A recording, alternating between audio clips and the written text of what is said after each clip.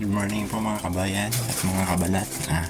Ngayon po ay first day of work ko ng 2025.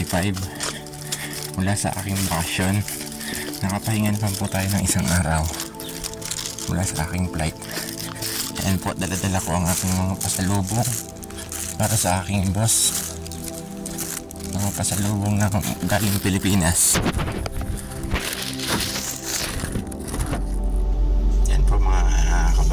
Mga kabayan, samahan niyo po yung sana ako sa aking unang araw ng pagtatrabaho.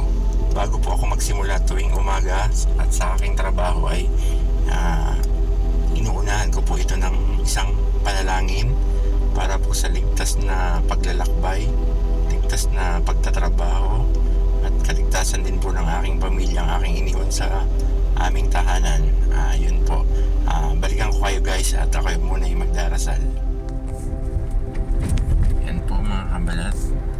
Ganyan po ang aking dinadaan sa araw-araw dito sa New Zealand papunta sa aking work site. Ganyan po kaganda ang lugar na ito. Kahit gaano ka po kapagod, medyo nawawala yung pagod sa ganda ng iyong nakikita na paligid. Nakakatanggal ng stress at ng homesick. Ang aking gagawin ngayon, barnisan po itong pintuan na to. Pero bago po barnisan ay kailangan mo nang lihain yung mga lumang barnis para wala pong mancha or markings na makita doon sa luma. Yan po, na first coat ko na ang aking binarnisan na pinto. Pero need kong patuyuin siya muna, siguro kahit maghapon. Tapos bukas ko siya babalikan para sa second coating. Mahirap po kasi siyang i-second coat ng basa pa. Matatangay ko lang yung in-apply ko na first coat.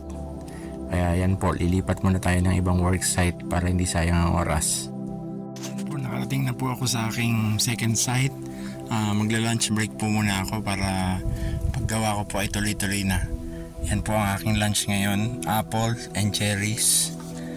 Tapos ang aking tubig po ay may lemon.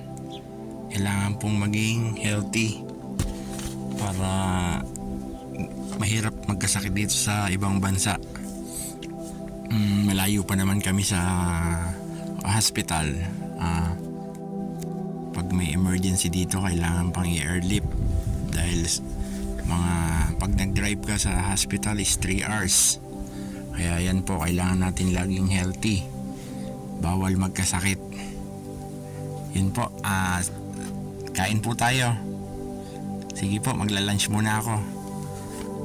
Yan po, pauwi na po tayo sa aming bahay. Tapos na naman po ang isang araw ng trabaho. 8 oras lang po ang trabaho dito sa New Zealand. Bihira po magpa-OT. Magpapa-OT po kung talagang sobrang rush na po ng work. Pero usually po 8 oras lang talaga. Work-life balance po. Then bukas po weekend, wala pong trabaho ang mga builders. Ang mga puti, hindi po sila magtatrabaho.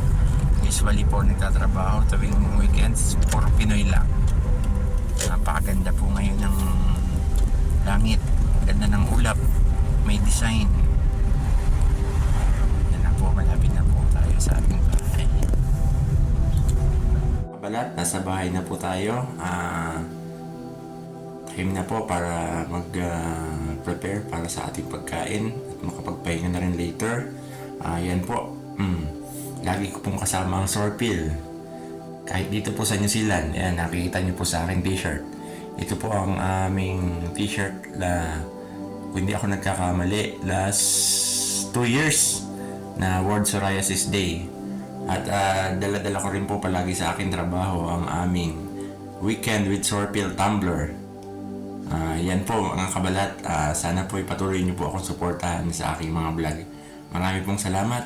Kita-kita po ulit tayo sa susunod kong vlog.